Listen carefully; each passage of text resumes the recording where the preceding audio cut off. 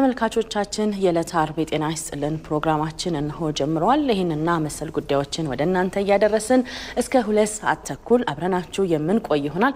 እናንተም እንድትከታተሉን አስቀድመን እንጋብዛለን። የመጀመሪያው እንግዲህ መረጃችን የሚሆነው የዓለም አቀፍ መገናኛ ብዙሃን እንዲሁም ማህበራዊ ሚዲያዎች በዚህ ሳምንት ትኩረታቸውን ምን ላይ ያደረጉ፣ በዋና ገጾቻቸው ላይ ምን ይዘው ወጡ የሚሉትን የምናስቃኝበት ይሆናል። ይህንን ደግሞ በሰፊው ሊነግረን ባልደረባችን አብዱልአዚዝ ተገኝቷል። ከሱ በፊት ግን እስቲ በዚህ ሳምንት የተከሰቱ ወይንም ደግሞ የሰዎችን ትኩረት የሳቡ ጉዳዮች ምን ምንድናቸው የሚለውን እኔ እናንተ ብናነሳቸው። አይዳል ከነሽ እንግዲህ መገናኛ ብዙሃኖች ማህበራዊ ትስስር ገጾች በእንግዲህ በ24 ሰዓት የተለያዩ ጉዳዮችን ያንሸራሽራሉ። ከነዛ መካከል ወደ ውጭ ወደ ሩሲያና ቱርክ እናምራ። እንግዲህ በተለይ ከዩክሬን ሩሲያ ጦርነት መምጣትን ተከትሎ ዓለም በጣም ፈተና ውስጥ ገብታለች። ከኢኮኖሚ ጋርም በጣም መንገዳገድ እንዲሁም ደግሞ የእህል በጣም መወደድ ምክንያት አንዱ ሆኗል ማለት እንችላለን። በጥቁር ባህር እንግዲህ በተለይ የተባበሩት መንግስታት ድርጅት በቱርክ ማደራዳሪነት ማለት ነው ከሩሲያ በቱርክ በኩል በጥቁር ባህር በኩል አልፎ ለዓለም ገበያ እንዲቀርብ ስምምነቶች ነበሩ። መሀል ላይ ተቋርጦ ነበር። አሁን ደግሞ ዳግም ለመጀመር ስምምነቶች ነበሩ። በትናንትናው ዕለት እንግዲህ የቱርኩ የውጭ ጉዳይ ሚኒስትር ሃካን ፊዳን ወደ ሩሲያ ሞስኮ አቅንተው ነበር። ከአቻቸው ከሰርጌይ ላቭሮቭ ጋር ውይይት አድርገው ነበረ። በጥቁር ባህር እንግዲህ የእህል ለማድረስ ከስምምነት ላይ መድረሳቸውን የሁለቱን ሀገራት ግንኙነት የበለጠ ለማጠናከር እንግዲህ ምስጋና የተቀራረቡበት ጉዳይ ነበር ማለት እንችላለን። ሌላኛው መረጃችን ደግሞ ወደ ደቡብ አፍሪካ ጆሃንስበርግ ከተማ እንድናቀና ያደርገናል። በደቡብ አፍሪካ ጆሃንስበርግ ከተማ አንድ አፓርታማ ህንጻ ላይ በደረሰው የእሳት አደጋ ወደ 70 ሰዎች የሚጠጉ ህይወታቸው እንዳለፈ መረጃዎች እየዘገቡ ነው ያሉት። እንግዲህ የሟቾች ቁጥር ሊጨምር እንደሚችልም እየተገለጸ ነው ያለው። ህይወታቸው ካለፉ ሰዎች መካከል ደግሞ ህጻናት እንዲሁም አረጋውያን እንዳሉበትም መረጃዎች ጠቁመዋል። እኛ ይህንን ካልናችሁ እንግዲህ በማህበራዊ ትስስር ገጾች እንዲሁም ዓለም አቀፍ መገናኛ ብዙሃኖች ምን አይነት ጉዳዮች በስፋት ነበሩ የሚለውን ደግሞ ሊነግረን የኦንላይን ባልደረባችን አብዱልአዚዝ መሐመድ እዚህ ይገኛል። አብዱ እንዴት ነህ? ሰላም ነው ወይ? እንዴት አድረሃል? ጤናችን እንግዲህ አይዳና ሰላሙን እኔም በዓለም አቀፍ ሚዲያም በማህበራዊ ገጾች ትኩረት ሳቡ ጉዳዮችን ይዣለሁ። እንግዲህ ማምሻውን ከተካሄደው እንግዲህ በሃንጋሪ ቡዳፔስት ወንዶች አትሌቶቻችን ውጤት አልቀናቸው ነበርና ግን ምሽት በተካሄደው እንግዲህ 5000 ውድድር እንግዲህ የዛሬ ምሽት ትላንት ምሽት እንግዲህ በዙሪክ ዳይመንድ ሊግ 5000 ውድድር ላይ የዮሚፍ ቀጀልቻና ሰለሞን ባረጋ እንግዲህ 1 እና 2 በማውጣት እንግዲህ ያንን ውጤት እንግዲህ የሚክስ ውጤት እንግዲህ አምጥቷል ማለት ይቻላልና እንግዲህ በዛ ውድድር እንግዲህ ሶስተኛ የወጣው አሜሪካዊ ፊቸር ግራንት ነው። እንግዲህ በውድድሩ ለሜቻም ተሳትፎ ነበር። እሱ አቋርጦ ወጥቷልና እንግዲህ በማምሻውን ከነበሩ ውድድሮች ማምሻውን እንግዲህ ሰውጃውን እስካሁን የተነጋገሩባቸው ካሉ ጉዳዮች መካከል ነው።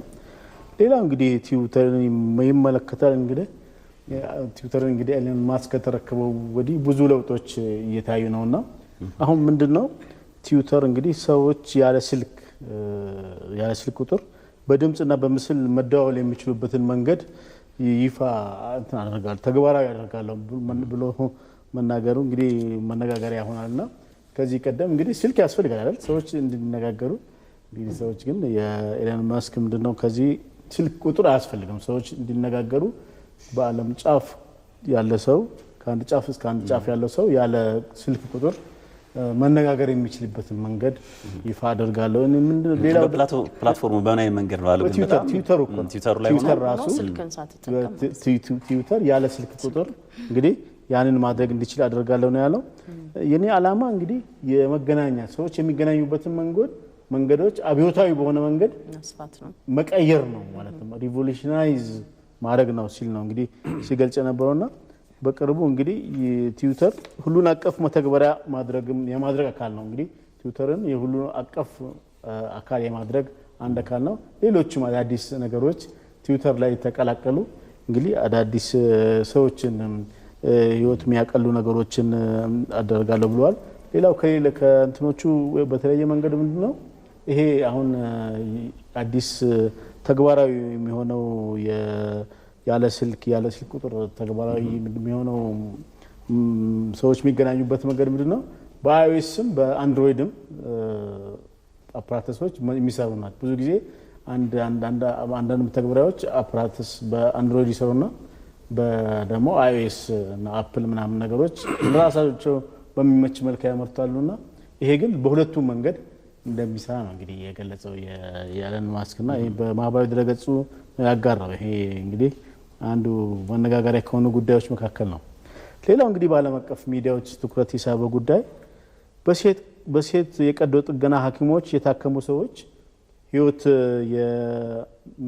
የማዳን እድላቸው ከፍ ብሎ ተገኝቷል። እንግዲህ በተደረገው ጥናትና እንግዲህ በሚሊዮኖች ናሙና ተወስዶ ነው ይሄ ጥናት የተካሄደውና ሴቶች የተሻለ ውጤታማ ሆኖ ተገኝተዋልና ምንድነው በቀዶ ጥገና ወቅት ሴቶች ከወንዶች አንጻር ጊዜ ወስደውና ተረጋግተው ነገሮችን ስራዎችን ማከናወናቸው ለዚህ ለውጤቱ እንደ አንድ ውጤት ሆኗል ነው የተባለውና ሌላው ከዚህ ጋር በተገናኘ ደግሞ ውሳኔ አሰጣጥ ላይ ነው። ሌላው ከወንድና ሴት የተለዩበት መንገድ ውሳኔ አሰጣጥ ላይ ምንድነው በተለይ ሰርጀሪ የሚደረግ ቀዶ ጥገና የሚደረጉትን ሰዎች ተረጋግቶ በመለየት ረገድ ሴቶች ተሽለው ተገኝተዋል በሚለው ነው እንግዲህ ደስ የሚል መረጃ ሴቶችን በጣም የሚያነቃቃና የሚያበረታታ መረጃ ነው።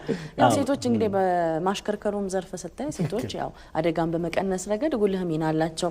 እንዲሁም በአመራርነት ላይ በታማኝነትና በብቃት በማገልገል ያው ጥንካሬያቸውን አስመስክረዋል። ይሄ ማለት እንግዲህ ወንዶች እንደዛ አይደሉም ለማለት ተፈልጎ ሳይሆን ሴቶች ከወንዶች በተሻለ ለነገሮች ትኩረት ይሰጣሉ። ለዛም ይመስለኛል በጥንቃቄና በትኩረት ስለምንመለከተው ነው። እውነት ነው። አይዳውን እንዳለችው አብዱልአዚዝ የሴቶች ያው ትንሽ ተሰጥኦ አላቸው ከወንዶች ለየት የሚሉበት ለነገሮች ትኩረት በጣም መስጠት፣ መንከባከብ፣ ከዚያ ባለፈ ደግሞ የሚጀምሩትን ስራ እስከ መጨረሻ የማድረስ ስራዎች ላይ በጣም ትኩረታቸው የበለጠ ነው ይባላልና ከዛም የመጸለጃን ከዚህ ከሰርጀሪ ከቀዶ ጥገና ጋር ተያይዞ አሁን ቅድም እንዳልከው ለታካሚዎች በጣም ቦታ ይሰጣሉና ከዚህ አንፃር እንግዲህ ጥናቶችም እዛ ጋር እናንተ ስገልጸው እንደነበረ ፈዋሽ የሆኑ እንትኖችን የሚያመጡበት መንገዶች የሴቶች ትኩረት ይመስለኛል። ትክክል ነው።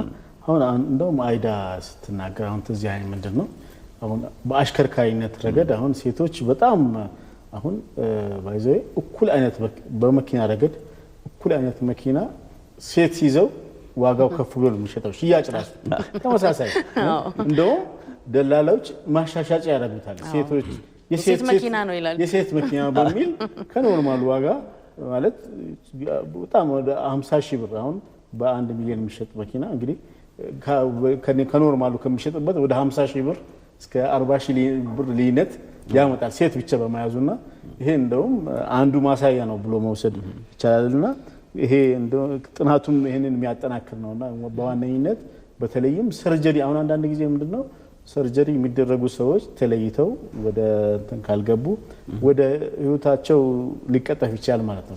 ሰርጀሪ የሚደረጉት ሰዎች ረጋ ብሎ የነሱን ባክግራውንድ በደንብ አጥንቶ ነው እንግዲህ አንዱ በተሻለ መንገድ የተወሰደውና ይሄ እንግዲህ ሌሎች ለዚህ እንዲ አዲሱ ግኝት እንግዲህ በቀዶ ጥገና ህክምናው ዘርፍ እንግዲህ ሴቶችና ወንዶችን በማጣመር ዳይቨርሲፋይ ማድረግም እንደ አንድ ማሳያው ሆኖ ማለት በህክምናዎች ወቅት በተለይ እንደዚህ ከፍተኛ ቀዶ ጥገና በሚካሄድበት ወቅት ወንዶችና ሴቶችን በማጣመር ለማድረግ እንደ አንድ መነሻ ሆኖ ተወስዷል ነው የተባለው በጥናቱ። እንግዲህ ይሄኛው ሌላ ጉዳይ ነው። ሌላው እንግዲህ ወደ መጨረሻው መረጃ ማማራው በህንድ እንግዲህ ታንጋላና ከተማ በሚገኙ መንግስት ሰራተኞች እንግዲህ ሄልሜት አድርገዋል። ሄልሜት የሚደረገው ብዙ ጊዜ ከሞተር ሳይክል ጋር በተገናኘ ነውና እነሱ ግን ሄልሜትን ያደረጉት ለሞተር ሳይክል በሞተር ሳይክል አደጋ ሳይሆን ቢሮ ውስጥ ተቀምጠው ነውና ሄልሜት ያደረጉት ነው። መነጋገሪያ ምንድነው መሰለ ይሄ ቢሮ እንግዲህ ለልማት ባንድ እንትን ውስጥ የሚሰራበት ቦታ ላይ ነውና ቤቱ ልክ ትንሽ ውሃ ገብቶበት እንግዲህ ከላይ ድንጋይና የተለያዩ ነገሮች ይወድቅባቸዋልና ለዚህ እንግዲህ ሄልሜት አድርገው በጣም ይገርም በጣም ያልተለመደ ነው ስራቸውን ማከናወናቸው እንግዲህ በሶሻል ሚዲያዎች በዓለም አቀፍ ሚዲያዎች በሶሻል ሚዲያዎች ተገልጋዮችን ግን አያቸው ተገልጋዮች የላቸውም። ምናልባት ቢወድቅ እንኳን እውነት ነው እንደዛ አሁን ማረግ እንትኑ አሁን እንግዲህ እርጥበት ገብቶ ነው እንግዲህ ያ ነገር የተበሳ በድንገት ይወድቃል ሊደረመስ ይችላል የሚል ስጋት አላቸው። አዎ ሄልሜት እኮ ብዙም ሊያተርፋቸው አይችልም ህይወታቸውን ያው ትንሽ መከላከል ነው መሰለኝ። መደርመስ ሳይሆን ምንድነው ከላይ የተለያዩ ድንጋዮች የሚወድቁ ነገሮች አሉና ያንን ለመከላከል ነው። ግን ሰለሞን ያልከው ይሄ ተጠቃሚዎቹ መደረግ አለበት። ሞተር ሳይክል ላይ ሲደረግ እንግዲህ አሽከርካሪውም ከታች የተሳፈረውም ማድረግ ግዴታ አለበትና ከዚህ አንፃር ግን ያው ግርምትን የምትፈጠር ነች። ዞሮ በጣም ግርምትን የምትፈጠር ናት። እንግዲህ መነጋገሪያ ስለሆነ ይዤ የመጣሁት እኔም ለዛሬ ያስኩት መረጃ እዚህ ላይ ጨርሻለሁ። በጣም እናመሰግናለን አብዱልአዚዝ።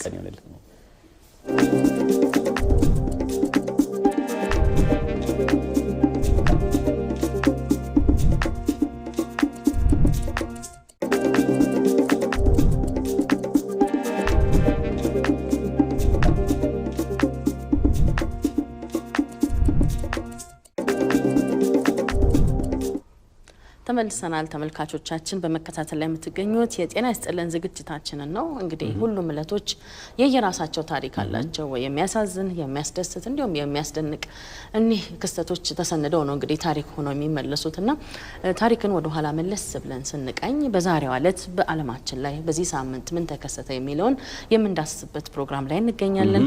እንግዲህ በዚህ ሳምንት ከተከሰቱ ድርጊቶች መካከል አንዱ የቪየትናም መሪ የነበሩት ሆቺሚኒ ሀገራቸው ከፈረንሳይ ቀኝ ግዛት ነፃ የወጣችበትን መውጣቷን ያወጁበት ቀን ነው። ከዛም ባሻገር ደግሞ በፈረንጆቹ አቆጣጠር መስከረም 2 በ1946 ልክ በዚህ ሳምንት ነበር ቪየትናም ከፈረንሳይ ነፃ መውጣቷን በታሪክ የተመዘገበው። ሌላው ደግሞ ወደ ኢራን ይወስደናል። ላይዳ እንግዲህ ኢራን እንደምታወቅ በተለይ ቅድም ስለ ሴቶች ስናወራ ነበር አይደል?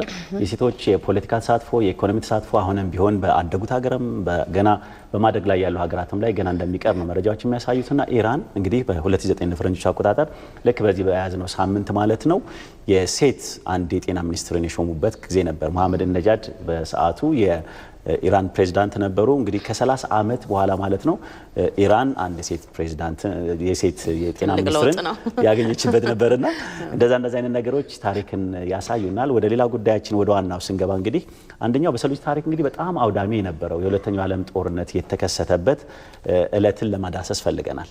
አዎ እንግዲህ ከ80 ሚሊዮን በላይ ሰዎች ያለቁበት በርካታ ውድመትን ያስከተለው ሁለተኛው የዓለም ጦርነት የተጀመረው እንደ አውሮፓውያኑ አቆጣጠር በ1939 በዚህ ሳምንት ነበረ።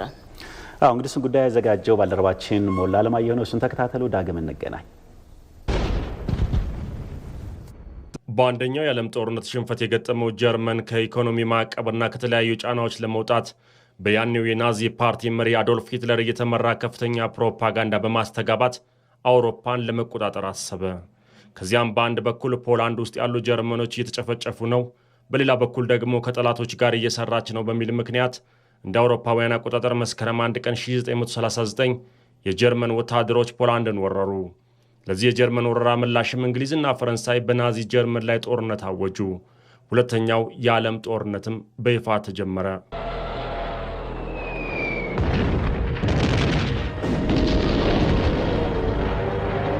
The Polish army surrenders to the Germans, and in the east to the Soviets. 10th of May, 1940. At 5:35 a.m., the German በዘመናዊ የሰው ልጅ ታሪክ አውዳሚው ጦርነት ሲሆን የዓለም ሀገራት በሁለት ጎራ ተሰልፈው እንደ አውሮፓውያን አቆጣጠር ከመስከረም 1939 እስከ መስከረም 2 1945 ጦርነቱን አካሄዱ። በዋናነት አውሮፓ፣ ፓሲፊክ፣ አትላንቲክ፣ ደቡብ ምስራቅ እስያ፣ መካከለኛው ምስራቅ፣ ቻይና፣ ሜዲትራኒያንና አፍሪካ የጦርነቱ ስፍራዎች እንደነበሩ ታሪክ ያስረዳል። የዓለም ሀገራት በሁለት ጎራ ተሰልፈው ለ6 ዓመት የፈጀ አውዳሚ ጦርነት ያካሄዱ ሲሆን በአክሲስ ኃይል ቡድን ውስጥ ጀርመን፣ ጣሊያንና ጃፓን ዋነኞቹ ተዋናዮች ሲሆኑ በተቃራኒው የአላይስ ኃይል ውስጥ ደግሞ እንግሊዝ፣ ፈረንሳይ፣ ሩሲያ እንዲሁም ዘግይታ የተቀላቀለችው አሜሪካ ይገኙበታል። በወቅቱ የወታደራዊ ቴክኖሎጂ ውጤቶች ተግባራዊ የተደረጉበት አውዳሚው ጦርነት በየብስ በባህርና በአየር የታገዘ እንደነበር ይገለጻል። ከ50 በላይ ሀገራት በቀጥታ በተሳተፉበት ሁለተኛው የዓለም ጦርነት እስከ 80 ሚሊዮን የሚደርሱ ሰዎች ሕይወታቸውን ያጡ ሲሆን ከዚህ ውስጥም 55 ሚሊዮን የሚጠጉት በጦርነቱ ምንም አይነት ቀጥተኛ ተሳትፎ ያልነበራቸው ንጹሐን ሰዎች መሆናቸውን ታሪክ መዝግቦታል። በተጨማሪም ከፍተኛ ቁሳዊ ውድመት ያደረሰ እንደነበርና በርካታ ከተሞች በተለይም በአውሮፓና እስያ መውደማቸው ሌላኛው የጦርነቱ አስከፊ ገጽታ ነበር። በጦርነቱ 6 ሚሊዮን አይሁዳውያን በናዚዎች አስከፊ ጭፍጨፋ የተፈጸመባቸው ሲሆን የሁለተኛው የዓለም ጦርነት አስከፊ ክስተት ሆኖ በታሪክ ተመዝግቧል። በዚህ የዓለም ጦርነት የጃፓን አስከፊ ወረራ ሌላኛው ተጠቃሽ ታሪክ ሲሆን በ1941 እንደ አውሮፓውያን አቆጣጠር 360 የጃፓን ተዋጊ አውሮፕላኖች አሜሪካ የምትመካበትን የባህር ኃይል መቀመጫ የሆነውን የፔርል ሃርበር በሃዋይ በማውደም 2300 ወታደሮችን ሕይወት የቀጠፈችበት ክስተት ይጠቀሳል።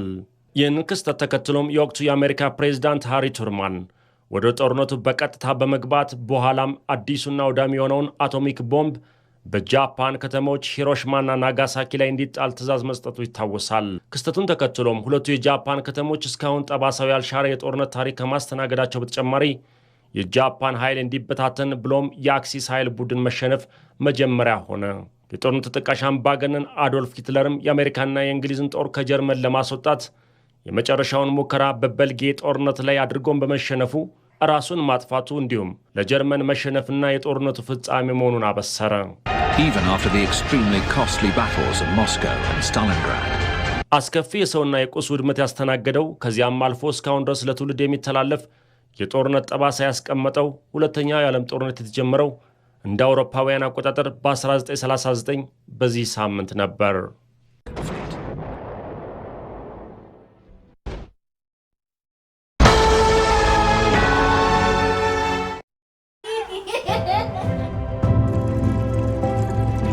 አባዬ ስንት ዓመት ነው? 50 ሊሞላኝ ነው። 50 ዓመት ብዙ ነህ። እኔ አንተ ላይ ደርሳለሁ። ከኔም በላይ ታልፋለህ። አንተ ያኔ ትኖራለህ? እኖራለሁ። እኔ ባልኖርም መድን ሁሌ ይኖራል። መድን ማን ነው? የንብረቶቻችን ጠባቂ የሆነው የኢትዮጵያ መድን ድርጅት ነው። አሁን ግባ እንዳይረፍድብህ። በኋላ ስለ ኢትዮጵያ መድን ድርጅት በሰፊው እነግርሃለሁ። ክፉ አይንካችሁ። ቤተሰብ ከችግር የሀገር ሀብት ከአደጋ እንዲጠበቅ ለበርካታ ዓመታት ለሀገርም ለወገንም ዋስትና ሆነናል።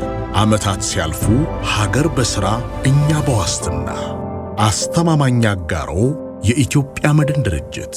በቀላል ያከፋፈል መንገድ ከአያት ጋር ያሰቡትን ያሳኩ። በአስገራሚ ጥራትና ፍጥነት በመገንባት ላይ ካለው የአያት ግራንድ ሞል ሱቆችና ዘመናዊ አፓርትመንቶችን በቀላል አከፋፈል በመግዛት ብልህ የኢንቨስትመንት ተጠቃሚ ሆኖ አያት ለተሳካ ሕይወት። ለበለጠ መረጃ በአቅራቢያው የሚገኙትን የአያት የሽያጭ ቢሮዎች ይጎብኙ ወይም በ0976 60 60 60 እና በ0977 60 60 60 ይደውሉ። አያት ዞሮ መግቢያዬ። እንኳን ወደ ኢትዮ ቴሌኮም ኢትዮ ቴሌኮም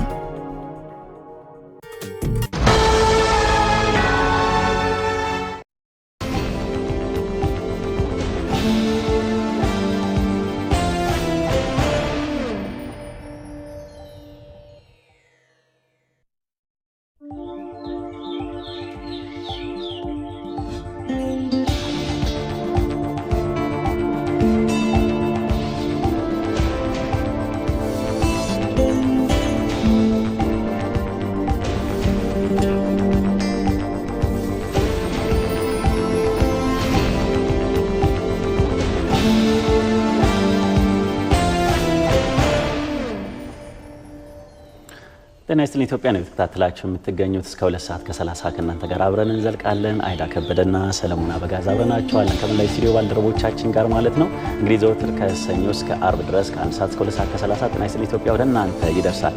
አይዳ እንግዲህ በተለይ ቡና ላይ እንዴት ነሽ? ጥሩ ጠጪ ነኝ። እኔም ባንቺ ባጅም ነው ባገኝ እስከ ማታ ድረስ ብዙ በጣም ወደ ኋላ ማለል ሰው ነኝ። እንግዲህ የተመልካቻችን እንደሚታወቀው ቡና የሀገራችን መገኛ እንደሆነ ይታወቃል። በጣም ይጠጣል ማለት እንችላለን። እንግዲህ ከገጠሩ የማህበረሰብ ክፍል አካባቢ ጀምሮ ከከተማ ድረስ አሁን ደግሞ በተለይ ቡናን በመሸጥ በንግድ ላይ በመተዳደር ያሉ ሰዎች ጭምር ቡናን እያፈሉ ለህብረተሰቡ እያደረሱ እንግዲህ ቡና አሁን አንዱ የገቢ ምንጭ ሆኗል ማለት ይቻላል። እንግዲህ ከአርሶ አደሩ ብቻ ሳይሆን በነጋዴው ብቻ ሳይሆን ቡና በማፍላት የሚተዳደሩ ብዙ እህቶቻችን አሉ። ቡና እንግዲህ ለኢትዮጵያ ትልቅ አንዱ ምሳሌ ነው ማለት እንችላለን። እንደ ኢትዮጵያ ስትጠራ ብዙ ነገሮች የሚጠሩ ቢኖሩም ቡናም ለራሱ እንደ መጠሪያዋ ነው ማለት እንችላለን። ቡና ላይ ያለን እንትን ቅድም እንዳልነው አይዳ በጣም ቡና ላይ ሳፈላ ጎበዝ ነኝ ስትይ ነበር። አዎ በጣም የቡና አምራች አካባቢ ሰው ስትሆን ደግሞ ጠጭም ነህ፣ እንዲሁም ደግሞ ጥሩም አፊ ነኝ። ያው ከነ ሴሪሞኒው ከነ ሙሉ ዝግጅቱ ማለት ነው። ማጫጫሱን መጎዝጎዙን ምርቃቱን ላንተ ትቻለህ ማፍላቱም ላይ ጥሩ ነኝ ይላል ያው እንዳልከው ቅድም እንግዲህ ቡና ኢትዮጵያ የቡና መገኛ ሀገር ናት በተለይም ደግሞ ቡና አንድ በጣም ጠቀሜታ አለው ብዬ የማስበው ነገር ማህበራዊ ትስስርን ከማጠናከር አንፃር በተለይ በፊት እናቶቻችን ልምድን የሚጋሩበት እንደ ሚዲያ እንደው መረጃን የሚለዋወጡበት ልጆችን ለማሳደግ ተሞክሮችን የሚጋሩበትና የተለያዩ መረጃዎችን የሚለዋወጡበት ነበር ከዛም ባሻገር ደግሞ የእርስ በርስ ትስስርን ለማጠናከር ያለው ፋይዳም የጎላ ነው እንዲሁም ደግሞ ስለ ቡና በተለያየ ጊዜ ጥናቶች ይወጣሉ የተለያዩ መረጃዎች ናቸው የሚወጡት እንግዲህ ቡና ለጤና ያለው ጠቀሜታ ደግሞ እጅግ በጣም የጎላ ነው በተለይ ለልብም ለስኳር በሽታ ለተለያዩ በሽታዎች ጠቃሚ እንደሆነ ነው የሚገለጸው በተለይ ከማነቃቃት ረገድ እንዴት ነው ታውን ጧት ቡና ጠጥተህ ስትመጣ ስራ ላይ ያለ ተነሳሽነት ማለዳ ያለ ነበር ትንሽ በሌሊት ስለተነሳን ይመስለኛል ተመልካቾች ያው ትንሽ ደክሞናል ምናምን በስንል ቡና ብናገኝ እኮ ስንል ነበርና ቡና አንዱ ለመነቃቃትም የሚጠቅመን ነው ቅድም እንዳልሽ ደግሞ አይዳ በተለይ የማህበራዊ ትስስርን መስተጋብርን ለመጨመር ጎረቤት ቡና አፍልቶ በበዓላት ብቻ ሳይሆን እንደዚሁ ባዘቦት ቀን ጭምር ተጠራርተው ቁጭ ብለው ያወሩ ቡና ሲጠጡ ምን ያህል እንግዲህ አብሮነትን የሚያጠናክር መተሳሰርን የሚፈጥር እንደሆነ ይታወቃልና ኢትዮጵያውያን ደግሞ እንግዲህ ሌሎች ዓለም ላይ ስንሄድ እንደምናየው ከሆነ ቡናን ያው በካፍቴሪያ ወይም ደግሞ በቤታቸው ራሳቸውን አፍልተው ቁጭ ብለው ቁመው ጠጥተው ነው የሚሄዱት እኛ ሀገር ግን ኢትዮጵያ ላይ የምንለው የትኛው ማህበረሰብ ክፍል የትኛውም ክልል የትኛውም አካባቢ ላይ ብትሄጂ ያው ቡናን ተፈልተው ቁጭ ተብሎ እጣኑ ሆኖ እንደዚሁም ቄጤማ ተጎዝግዞ በስነ ስርዓት ነውና የሚጠጣው እንግዲህ ቡናን ይሄንን ያልናቸው ወደ አንድ ጉዳይ ልናመራ ነው እንግዲህ ቡና በጣም የሚጠጣበት አካባቢ ልክ ነህ እንግዲህ በተለይም የውጭ ምንዛሬን ከማስገኘት አንፃርም ቡና ያለው ፋይዳ የጎላ ነው በአሁን ሰዓት እንግዲህ በዓለም ደረጃ ኢትዮጵያ ቡና እየተጠጣ ነው የሚገኘው በተለይም ስታርባክስ ላይ በከፍተኛ ሁኔታ ተፈላጊ ሆኖ እየተሸጠ እንዳለ ነው መረጃዎች እየጠቆሙ ያሉት ስለዚህ የቡና ምርታችንን በተመለከተ አንድ መረጃ ይዘናል እሱ እንግዲህ የሚያመራን በእንትና ማን ነው ሪፖርተራችን አንድ ወደ በጌዲዮ ዞን ዲላ ከተማ ለዘገባ በሄደበት ወቅት ቡና በተለየ መንገድ የሚጠጣበት ቤት ጎራ ብሎ ነበር የተመለከተው መረጃ አለው ተስፋዬ ለምሳ ምንድነው ቡና በተለየ መንገድ የሚጠጣበት ሲባል ምንድነው የሚለውን በጉጉት እንድትጠብቁት ተመልካቾች ሪፖርተራችን ተስፋዬ ለምሳ እንግዲህ በተለይ በጌዲዮ ዞን ዲላ ከተማ በሄደበት ወቅት ዳዮ በመባል የሚታወቅ አንድ ባህላዊ የቡና የሚጠጣበት ቤት ነበረ እዛ የነበረውን ሁኔታ ምን ይመስላል እንዴት ነበር የሚለውን ይሄንን ጉዳይ እንግዲህ ሊያስመለክተን ነው እሱን ተከታተሉት ዳግም ከኛ ጋር ትገናኛላችሁ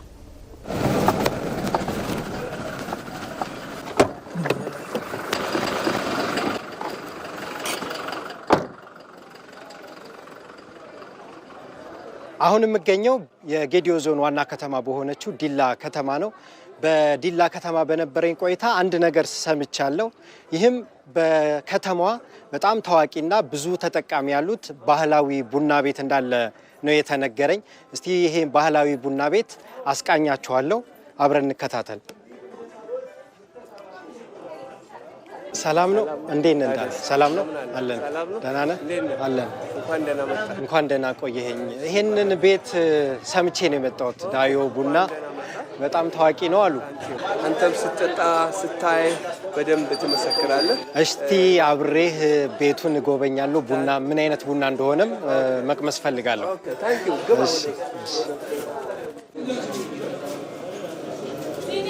አመሰግናለሁ እንዳለ ዳዮ ማለት ምን ማለት ነው ዳዮ ማለት እዚህ የመጣ ሁሉም ሰው የኛ ነው ቤቱ ነው ስለዚህ ሴትም ስትመጣ ወንድም ስመጣ እንደ ከስተመር ብቻም ሳይሆን እንደ ቤተሰብ ነው ፊል አርገን የምንቀበላቸው ለዛ ነው ይሄንን ስም የሰጠነው ሁሉ ነገር ባህላዊ ነው እስቲ ስለሱ መልካም እንግዲህ ስለሱ ስናነሳ እኔ እንዳጋጣሚ ሆኖ የባህል ተማሪ ነበርኩኝ የባህል ተማሪ ነኝ ሶሻል አንትሮፖሎጂ ተማሪ ተመራቂ ነበርኩኝ በተመሳሳይ መልክ የአካውንቲንግ ፋይናንስ ተመራቂ ነበርኩኝና ሁለቱንም ኮንሰፕት ይዤ ነው የመጣሁት ወደዚህ ልክ ወደዚህ ሲመጣ ይሄኛውን ቤት እንደዚህ ያሰብኩት ሌሎች ቦታ ሌላ ቦታ ዲላ ላይ ብቻ ሳይሆን ሌላ ቦታ አይቻ አይደለም በነገራችን ላይ አካባቢው ጌዲዮ ዞን በቡና ነው የሚታወቀው የእርጋ ጫፌ ቡና ነው እንግዲህ ቤት የምንሸጠው የእርጋ ጫፌ ቡና ነው ይርጋ ጫፌ ደግሞ በሀገር ደረጃም የሚታወቀው በቡና ጥራት ያለውን ቡና ወደ ውጪ ኤክስፖርት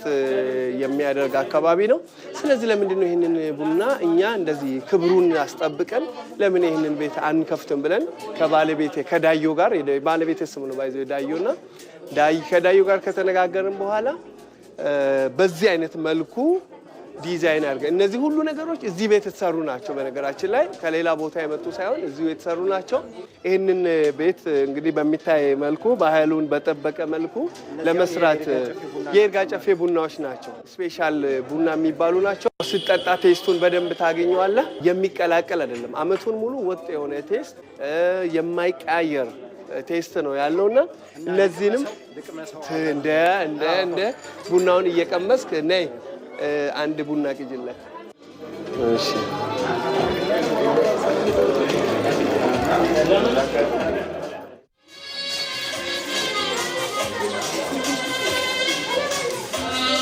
እኛ የምናገኘው ቡና ልክ የውጭውን ስታንዳርድ ወደ ውጭ ኤክስፖርት የሚደረገውን ቡና ነውና ለዚህ ነው ቴስቱ የሚለየው። ይሄ ቴስት አመቱን ሙሉ እዚህ ቤት የምታገኘው ነው። ያው አካባቢው ላይ በደንብ የቡና አካባቢ ስለሆነ ቆንጆ ቡና ይፈልጋልና ለዚህ ነው እንግዲህ እኛ ቆንጆ ቡና እያዘጋጀን ያለን። በጣም ጣፍጦኛል። በጣም ታንክ ዩ ተመልካቾቻችን። እኔም ቡናውን ቀምሻለሁ። በጣም የሚጣፍጥና ተፈጥሮ ይዘት ያለው ነው። በጣም ተመችቶኛል። እስቲ የደንበኞችን ስሜት ደግሞ ተዘዋውሬ ጠይቃለሁ። አሁንም አብራችሁን ቆዩ።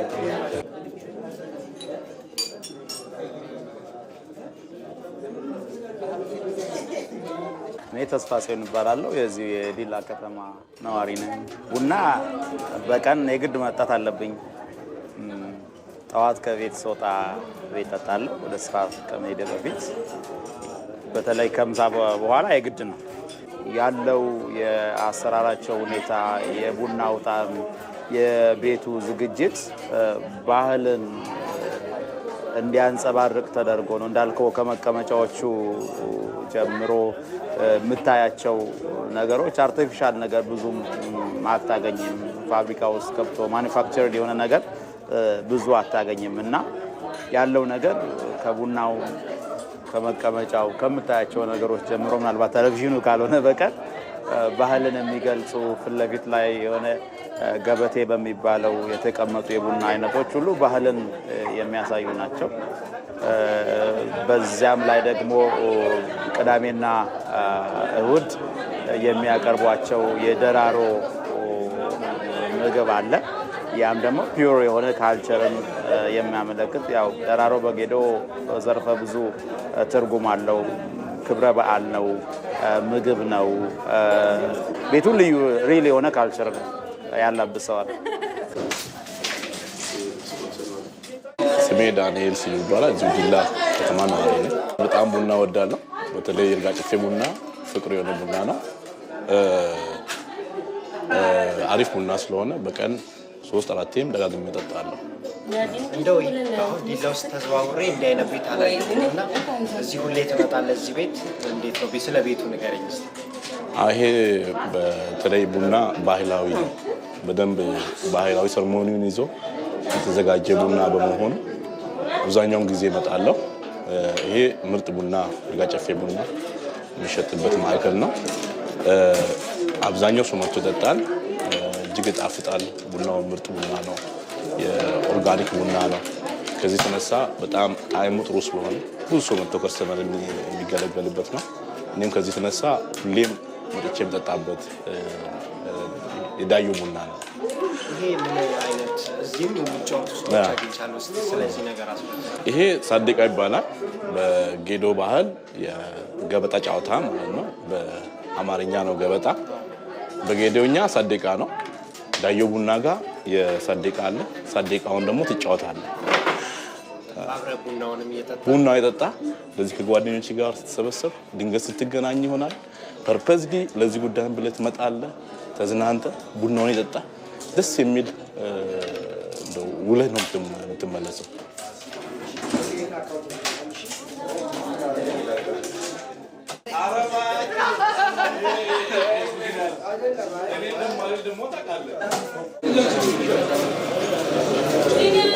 በዲላ ከተማ በነበረኝ ቆይታ ካስገረሙኝና በጣም ካስደነቁኝ ቦታዎች መካከል ይህን ባህላዊ የቡና መጠጫ ቤት አስመልክቻችኋለሁ። እኔም የነበረኝን ቆይታ አጠናቅቄያለሁ። አመሰግናለሁ።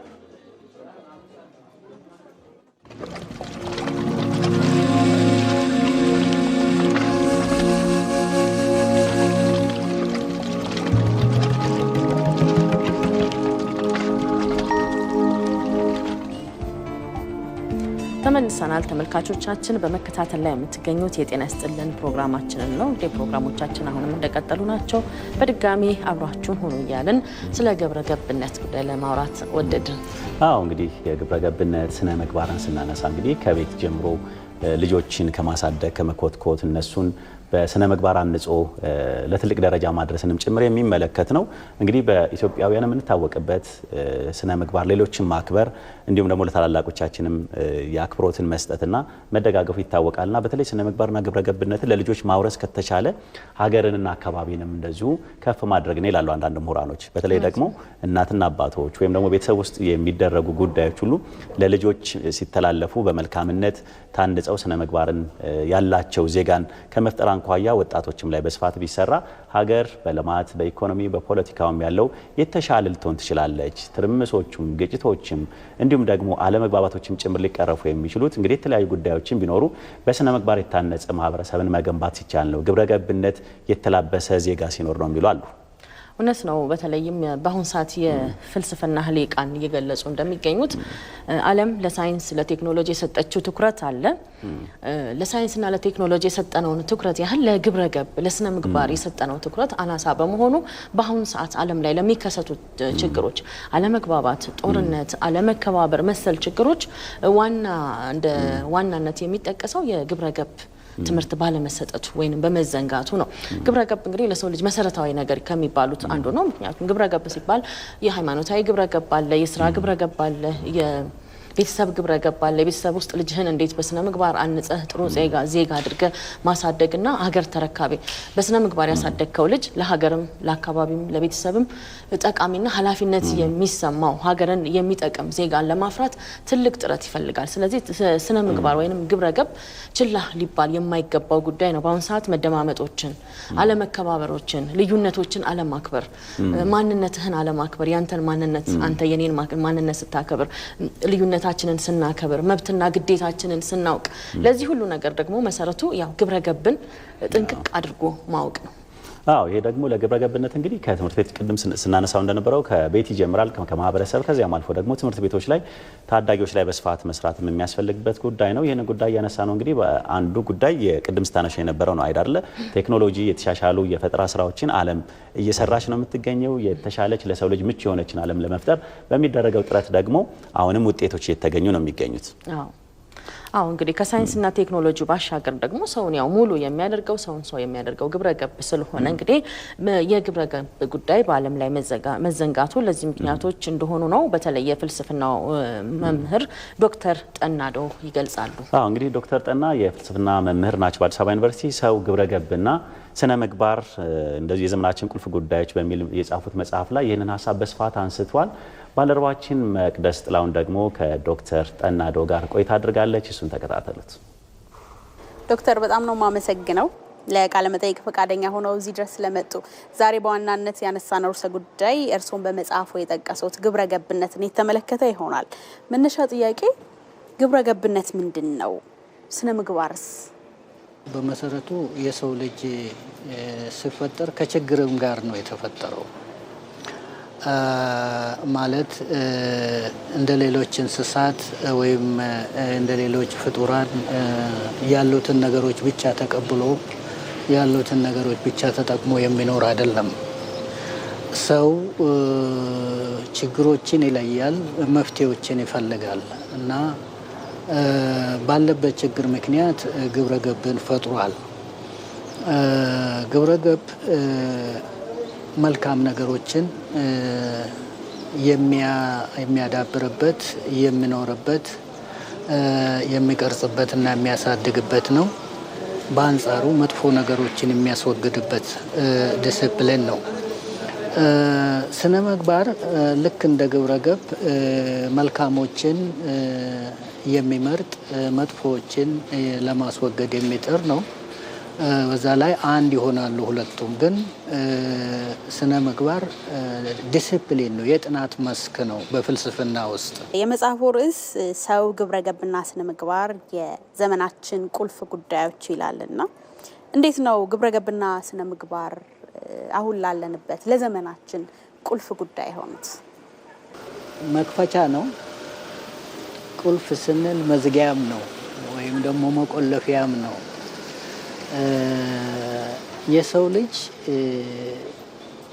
በህይወት ጊዜ የሚያጋጥሙት ቁልፍ ጉዳዮች አሉ፣ ፈተናዎች አሉ፣ ችግሮች አሉ፣ መከራዎች አሉ።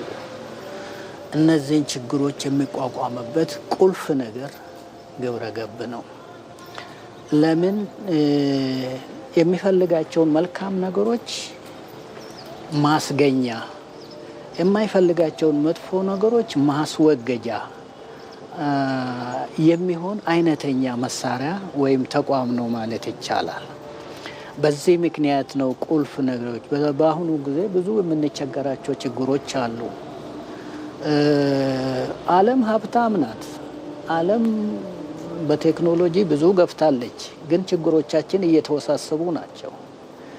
ለምን ግብረ ገብን አልተጠቀምንበትም?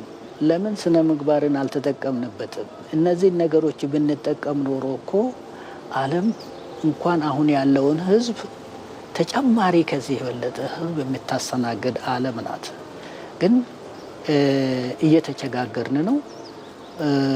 ቁልፉን መጠቀም በአግባቡ መጠቀም ስለተውን ይመስለኛል። እና ቁልፍ የተባለው በዚህ ምክንያት ነው። የችግር ማስወገጃ፣ መክፈቻ እና የሰው ልጅ ህይወት ማዳበሪያ አይነተኛ ሚና ስላላቸው ነው ቁልፍ የተባሉት። የስነ ምግባር የግብረ ገብነት ጉዳይ እንደ ግለሰብ በየግለሰቦች የሚቆጠር ይኖራል፣ እንደ ማህበረሰብም እንደዚሁ።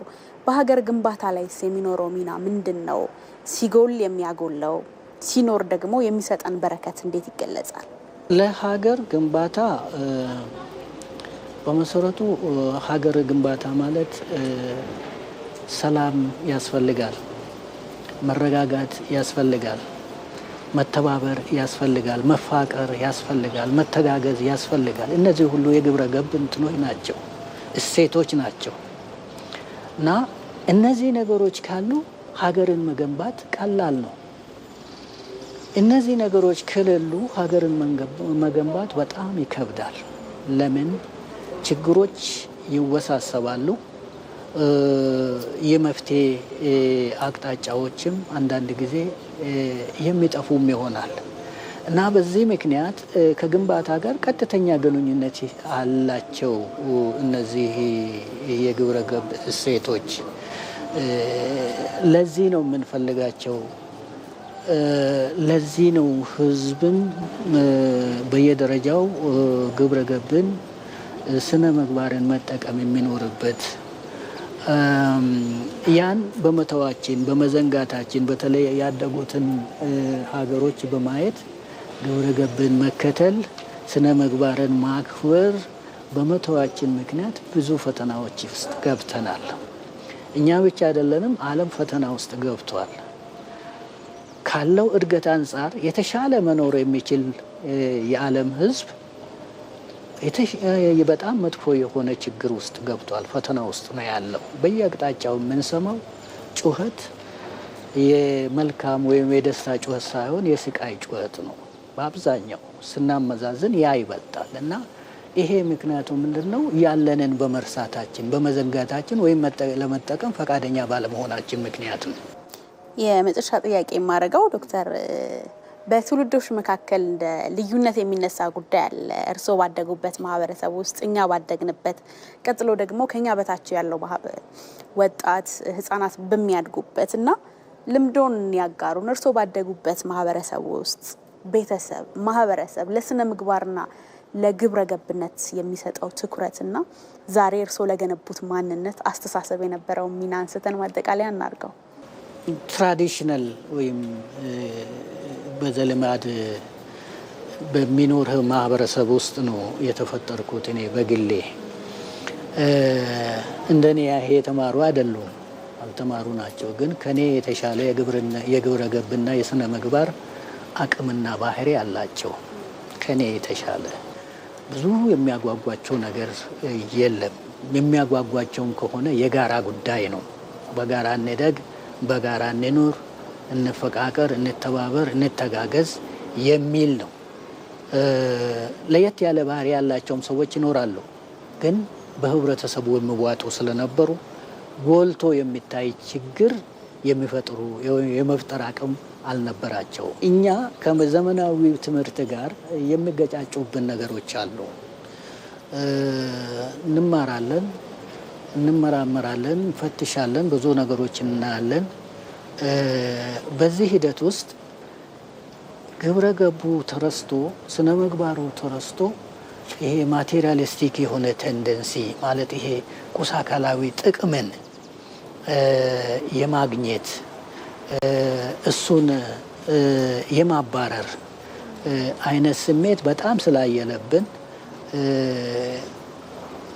ይሄ አሁን ያልኩሽን ነገሮች ይሄ መተጋገዝ፣ መተባበር፣ መፋቀር የመሳሰሉት ነገሮች ዋጋ የሌላቸው አይነት ወይም ዝቅተኛ ዋጋ የሚሰጣቸው አይነት ሆነዋል ማለት ይቻላል አሁን እና እንዳልሽው በትውልዶች መካከል ልዩነት አለ። የጥንቱ ትውልድ ባይማረውም ያለ ሰው ምንም ነገር የሚሆንለት ነገር የሌለ መሆኑን ስለሚረዳ ከፍተኛ ዋጋ ይሰጣል። ለጋራ ጉዳይ፣ ለወል ህይወት ከፍተኛ የሆነ ዋጋ ይሰጣል። አሁን ግን ሁሉም ሰው በፊናው የራሱን ጉዳይ ለራሱ ጥያቄ ብቻ ለመመለስ ጥረት ከሚያደርግ በቀር የጋራ ጉዳይ ብዙም የማይታየው አይነት ነገር ነው። ይሄ ሲባል ሁሉም እንዲህ ነው ማለት አይቻልም። አሉ ሰዎች ግን የመደመጥ አቅማቸው፣ ትኩረት የማግኘት አቅማቸው ደካማ ነው ማለት ይቻላል። እየተሸነፈ ነው ማለት ይቻላል። ይሄ ደግሞ የሚያዋጣ ነገር አይደለም። ወደፊት ሰውን እያራራቀ ከፍተኛ ልዩነት እየፈጠረ ማግኘት ከአንድነት፣ ከፍቅር፣ ከሰላም ማግኘት የሚገባንን ነገር እንዳናገኝ የሚያደርገን ይሆናል ብዬ አስባለሁ። ስለዚህ ከዛ ለመውጣት ሰው ለግብረ ገብ ለስነ ምግባር ከፍተኛ ትኩረት መስጠት ይኖርበታል። ትልልቅ ጉዳዮች አነሳን ዶክተር ጠና። ስነ ምግባር፣ ግብረ ገብነት የጊዜያችንን ቁልፍ ጉዳይ እርስዎ እንዳሉት ሆኖ በብዙዎቻችን ዘንድ መነጋገሪያ እንዲሆን ይዘናው እንድንጓዝ እንደ ሳይንስ ይዘናው እንድንሄድ እኔ ምኞቴ ነው። በጣም ነው ማመሰግነው። መልካም ቀን ይሁንልዎት። ስለጋበዛችሁኝ በጣም አድርጌ ነው ማመሰግነው። እግዚአብሔር ይስጥልኝ። እሺ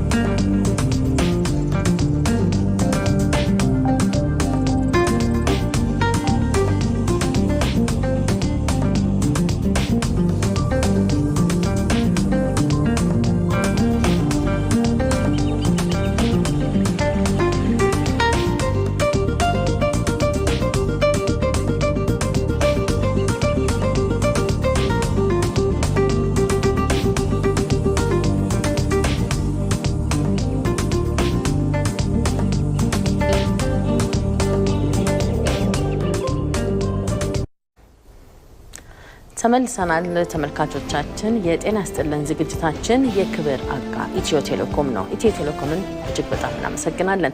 እንግዲህ በመጀመሪያው ምዕራፍ በጤና ይስጥልን ዝግጅታችን የተለያዩ ጉዳዮችን ዳሰናል። ከነዛ ውስጥ እንግዲህ በዋናነት ያነሳናቸውን መለስ ብለን ብንቀኝ በተለይ ደግሞ ዓለም አቀፍ መገናኛ ብዙሃኖች ማህበራዊ ትስስር ገጾች አዳራቸውን ውሏቸውን ምን አይነት ጉዳዮች ነበሩ የሚለውን መጀመሪያ ላይ ወደ ተመልካቾች አድርሰን ነበር አይዳ። ከዛም ባሻገር እንግዲህ ወደ ዲላ ከተማ ደግሞ አቅምተን ቡና በምን መንገድ ይጠጣል በተለይም በተለየ መልኩ ከነ ቁርሱ ከነ ዝግጅቱ የቀረበበትን ሁኔታም ተመልክተናል። በተለይ ደግሞ የቡና ላይ ሱስ ያለብን ሰዎች እንደኔና እንዳይዳ አይነቶች ደግሞ የበለጠ የጎመጃይንበት ነበር ማለት እንችላለን። እኛም ይዘን ልንመጣ ነበር ከነ ሲኒው ከነ ጀበናው ሪያሊቲዎቻችን እሱ ላይ ያተኮረ ነበር። እንግዲህ ሌላው ጉዳያችን ደግሞ ሳምንቱን በታሪክ እንግዲህ ወደ ሁለተኛው ዓለም ጦርነት ወደ ኋላ መለስ ብለን ነበር ያስቃኘ ነው። የተጀመረበት 1939 እንደ አውሮፓውያን ዘመን አቆጣጠር ልክ በዚህ ሳምንት ነበረ። በተለይ በጣም ከ80 ሚሊዮን በላይ ሰዎችም ነበር እንግዲህ ለህልፈት የተዳረጉት ማለት እንችላለን። በጣም ብዙ የሆነ ወደ 5 ዓመት የፈጀ ጦርነት ነበር። እሱን ጉዳይ በሳምንቱን በታሪክ ወደ ኋላ መለስ ብለን አስቃኝታችሁ ነበር። እንግዲህ በተለይም ደግሞ ከስነ ምግባር ጋር በተያያዘ መቅደስ ጥላውን እንግዳ ጋብዛ ሳይንስ ምሁር ወይንም የፍልስፍና ምሁር የሆኑትን ዶክተርን ወደ ስቱዲዮ እንግዳ ጋብዛ ውይይት አድርጋ ነበር። በቆይታቸው እንግዲህ እጅግ በጣም አስተማሪና ጠቃሚ የተባሉ መልእክቶች ተላልፈዋል። ስነ ምግባር ምንድነው? የስነ ምግባር አለመኖር ደግሞ በተለይ ለአንድ ማህበረሰብ ስነ ምግባር ዋና እሴቱ እንደሆነና የስነ ምግባር መናድ የተለያዩ ችግሮችን ሊያስከትል እንደሚችል ልክ በሳይንሱና በቴክኖሎጂው እንደሰጠነው ትኩረት እንደሰጠነው ያህል ለስነ ምግባር ለግብረ ገብም ትኩረት ሰጥተነው ብንሰራበት ከልጅነት ጀምሮ ህጻናትን ከማሳደግ ጀምሮ ቢሰራበት ውጤታማ ልንሆን እንደምንችል እንደ ሀገርም ሊጠቅመን እንደሚችል ተነስቷል። ያንን ፕሮግራም የቃኘንበትም ልዩ ዝግጅት ነበር። እንግዲህ በተለይ ከግብረ ገብነትና ስነ ምግባር ጋር ተያይዞ አይዳ የተነሳው ጉዳይ በዶክተር ጠናዶ ሀገር ግንባታ ላይ ሀገር ግንባታ ስንል እንግዲህ በጣም ብዙ ነው፣ ሰፊ ፍልስፍና ያለው ነው። ነገር ግን ግብረ ገብነትና ስነ ምግባር ላይ መስራት ከተቻለ ሀገርን ማዳን እንችላለን፣ በተቃራኒ ከሆነ ደግሞ ሀገርን ማፍረስ ይቻላል የሚል ሀሳቦችን ሲሰጡ ነበርና ተመልካቾቻችን ልጆቻችሁን በስነ ምግባር አነጻችሁ ማሳደግ ማለት እንግዲህ ለራሳቸው ብቻ ሳይሆን ለህብረተሰብም ለሀገርም ይጠቅማሉና ስነ ምግባር ላይ ግብረ ገብነት ላይ በጣም በስፋት መሰራት እንዳለበት ያመላከትንበት ዝግጅታችን ነበር ማለት እንችላለን። በጤና ይስጥልን ኢትዮጵያ ዝግጅታችን እንግዲህ የተለያዩ ጉዳዮችን እያነሳን እስከ 2 ሰዓት ከ30 ድረስ አብረናችሁ ቆይታ የምናደርግ ነው የሚሆነው። አይዳ ከበዳለች፣ ሰለሞን አበጋዝ ከመለስ ስቱዲዮ ባለሙያዎች ጋር በጋራ ሆነን ግዳይ ዳይሬክተርን እየመራ ነው በዳይሬክተርነት ከኛ ጋር እንድትቆዩ አሁንም እንጋብዛችኋለን። እስከ 2 ሰዓት ከ30 ከኛ ጋር ዝለቁ።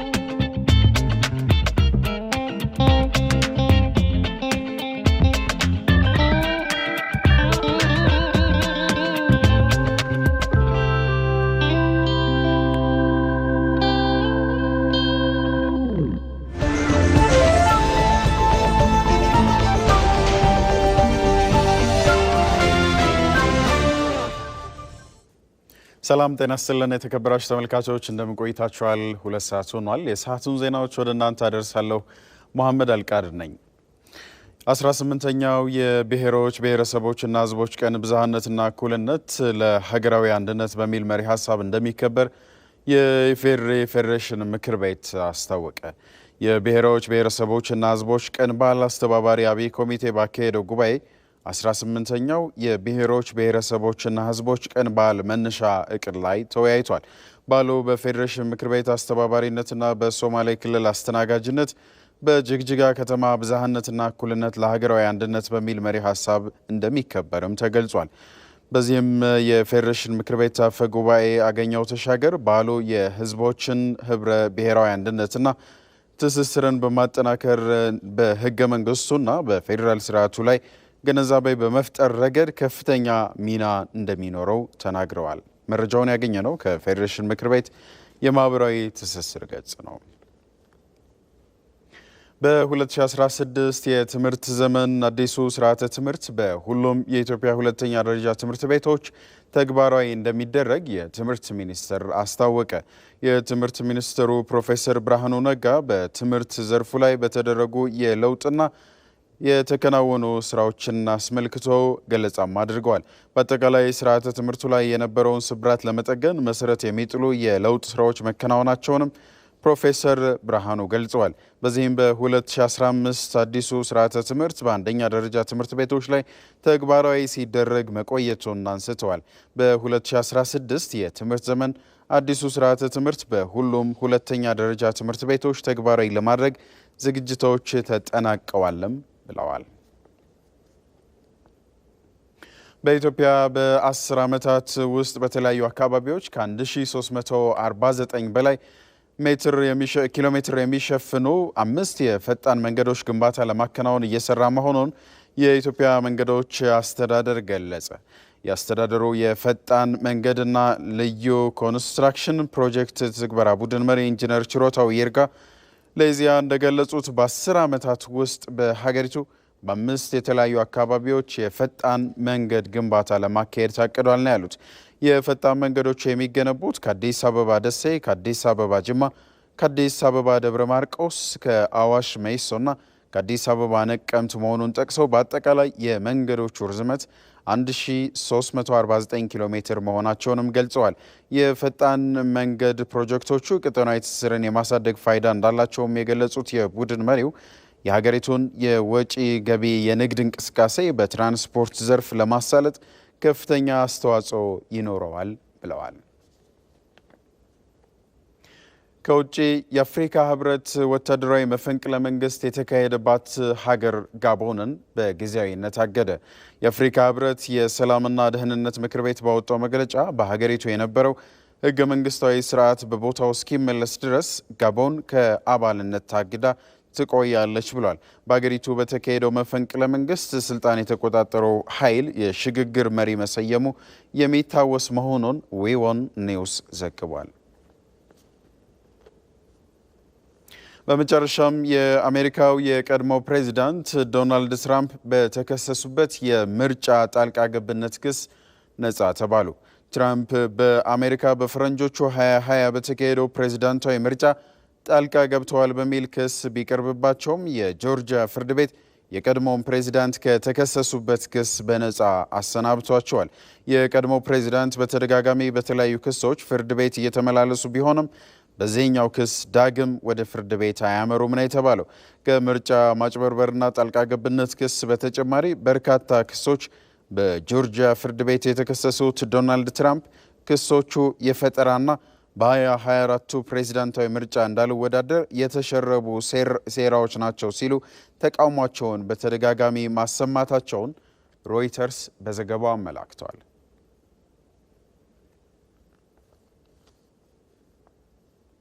የተከበራችሁ ተመልካቾች የ2 ሰዓት አጫጭር ዜናዎቻችን እነዚሁ ናቸው። የጤና ይስጥልን ኢትዮጵያ ዝግጅቶች አሁንም ወደ እናንተ መድረሳቸውን ይቀጥላሉ።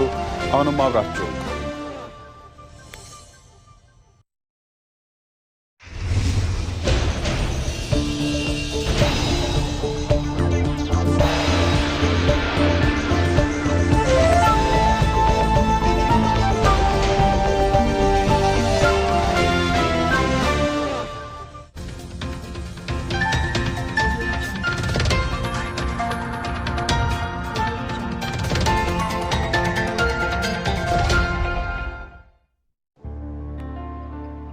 እውነተኛ የስኬት መሰረቶች የትናንት ጉህ ማንነቶች ናቸው።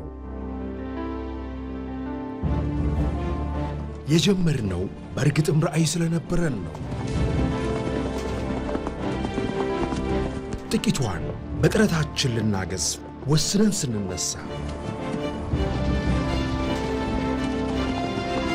ስንጓዝ በተግባር መንገዳችን ላይ ያሰብነውን ለማድረግ ደጋግመን ስንሞክር፣ በሚፈነጥቅልን የተስፋ ቀለም ለመድመቅ ይበልጥ ስንፈጥን አለን ወዳጅ ቅርብ አጋዥ ለዓላማችን የምናምነው በደከምነው ልክ ሲሆን ሲሳካልን የሚደሰት ከፍ ብለን ለሌሎች በውጤታችን እንድንተርፍ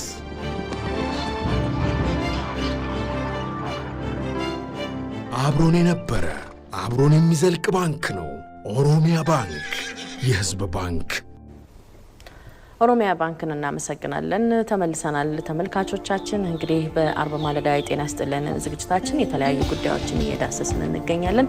እናንተም በቆይታችሁ ጥሩ ጊዜ እያሳለፋችሁ እንደሆነ ተስፋ እናደርጋለን። አዎ፣ ወደ ኢኮሜርስ ዝግጅታችን ነው የምናልፈው። አዎ፣ እንግዲህ የሚድሮክ ኢንቨስትመንት አካል የሆነው ኤልፎራ ለአዲስ ዓመት በዓል ሁሉን ነገር ዝግጁ ነው፣ ሁሉ ነገር ሙሉ ነው እያለን ነው። ባልደረባችን ቅድስት ማሙ እንግዲህ በጎራ ብላ ነበር በድርጅቱ በተለይ በኤልፎራ ማለት ነው የበዓል ዝግጅት አቅርቦቱ ምን ይመስላል የሚለውን አዘጋጅተዋለች። እሱን ተከታተሉ።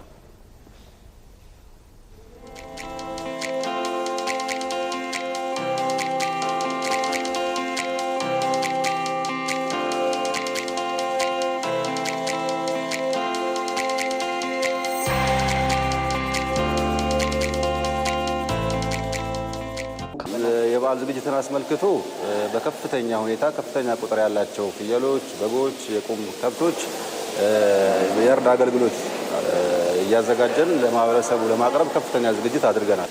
ከከብቶች፣ በጎች፣ ፍየሎችን አስቀድመን በመያዝ አሁን ለምናሳልፈው በዓል በከፍተኛ በጥራት ደረጃውን በጠበቀ በዚህ መልኩ የእርድ አገልግሎት አከናውነን ለኪውስ ሱፐር ማርኬት በቀጥታ በማቅረብ ህዝቡ ከኪውስ ሱፐር ማርኬት በቀጥታ ምርቶቻችንን ማግኘት እንደምንችል ማሳወቅም እንወዳለን።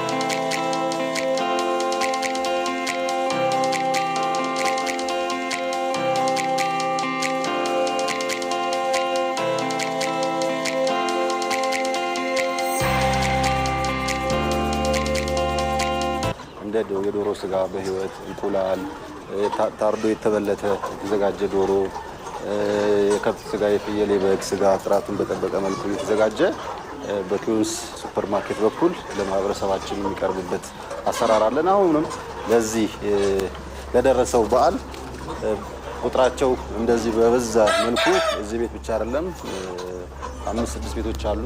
ከፍተኛ በሺዎች የሚቆጠሩ የቁም በህይወት ያሉ ዶሮዎች አዘጋጅተን ሽያጭ ለመጀመር ዝግጅታችን አጠናቀናል።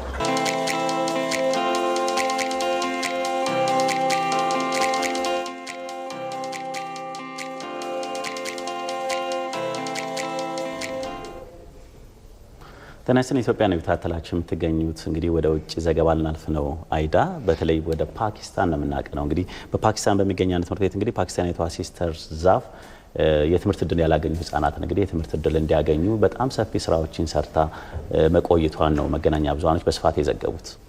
የሚገርመው ነገር በፓኪስታን ማለት ነው ከ23 ሚሊዮን በላይ ህጻናት የትምህርት እድል እንደማያገኙ ነው መረጃዎች የጠቆሙት። ሲስተር ዜፍ ይህንን ችግር ለመፍታት የምትሰራው ስራ እጅግ በጣም ውጤት እንዳስገኘም ተገልጿል። ዳንኤል ብዙአየው በዚህ ጉዳይ ላይ ተጨማሪ መረጃ አዘጋጅቷል። እሱን ተከታትለን በድጋሚ እንገናኛለን። የፓኪስታናዊቷ ሲስተር ዜፍ ህይወት የተቀየረው ከ26 ዓመት በፊት ነው።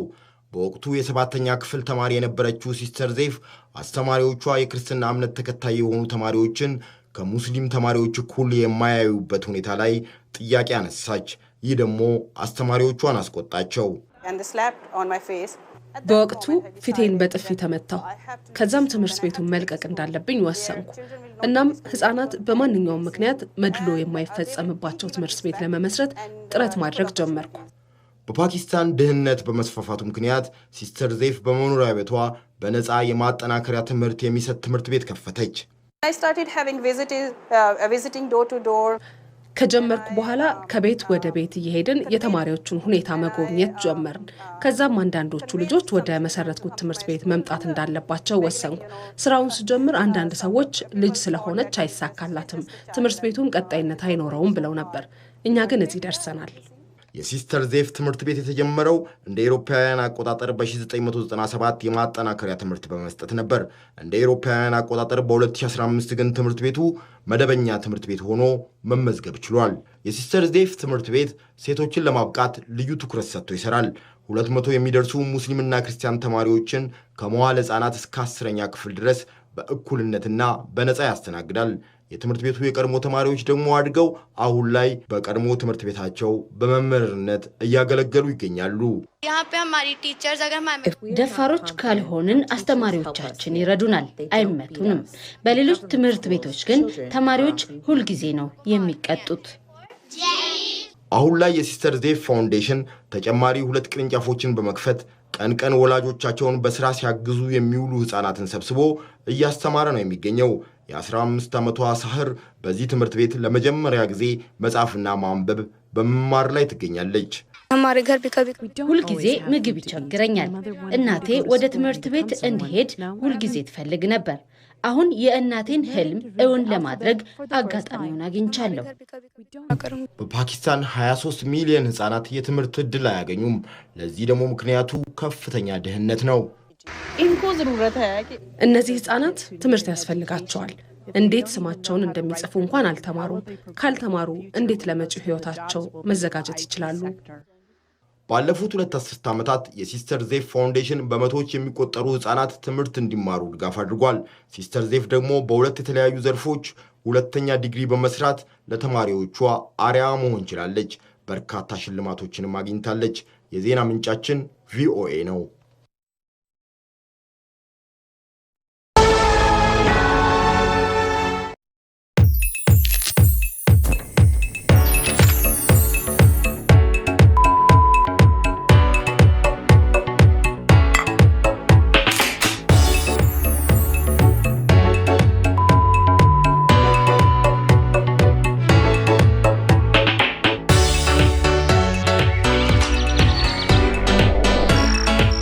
በኢትዮ ቴሌኮም ፈጣን የመኖሪያ ቤት ኢንተርኔት ዓለም ወደ ቤቶ መጥቷል። ፍላጎት ተሳክቶ መላ ቤተሰቡ ተደስቷል። ሕይወት በቴክኖሎጂ ቀሏል።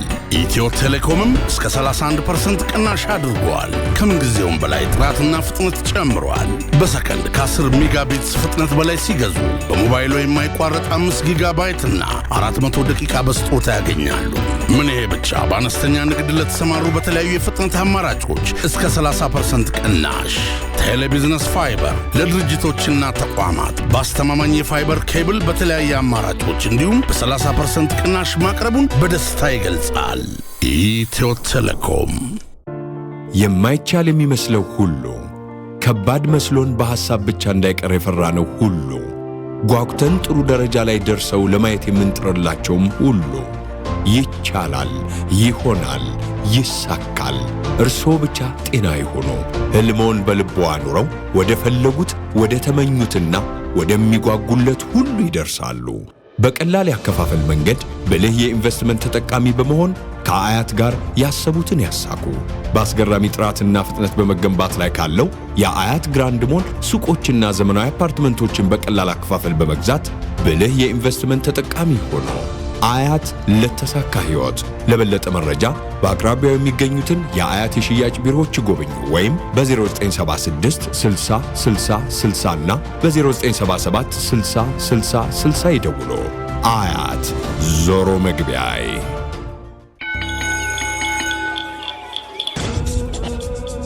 አሁን ለትምህርት ቤቶች የሥራ ውጣ ውረድን ቀለል የሚያደርግ የዘመኑ ገጸ በረከት አዋሽ ኢስኩል። ፋይል ጠፋ አልጠፋ ብለው ለምን ይጨነቃሉ? በበርካታ ትምህርት ቤቶች ሥራ ላይ ውሎ ውጤታማ እየሆነ በሚገኘው አዋሽ መንገድ ከአያት ጋር ያሰቡትን ያሳኩ። በአስገራሚ ጥራትና ፍጥነት በመገንባት ላይ ካለው የአያት ግራንድ ሞል ሱቆችና ዘመናዊ አፓርትመንቶችን በቀላል አከፋፈል በመግዛት ብልህ የኢንቨስትመንት ተጠቃሚ ሆኖ አያት ለተሳካ ሕይወት። ለበለጠ መረጃ በአቅራቢያው የሚገኙትን የአያት የሽያጭ ቢሮዎች ጎብኙ ወይም በ0976 60 60 60 እና በ0977 60 60 60 ይደውሉ። አያት ዞሮ መግቢያዬ። ተስፈኞች ሕልማቸውን እውን ለማድረግ ጀንበርን ተሽቀዳድሞ ይነሳሉ። በመንገዳቸው ላይ ያሉትን እንቅፋቶች ለማለፍ ሲሉ ከችግሮቻቸው ጋር ይታገላሉ። ለዓላማቸው መሳካት ለችግሮቻቸው እጅ ለማይሰጡ ብርቱዎች ምቹ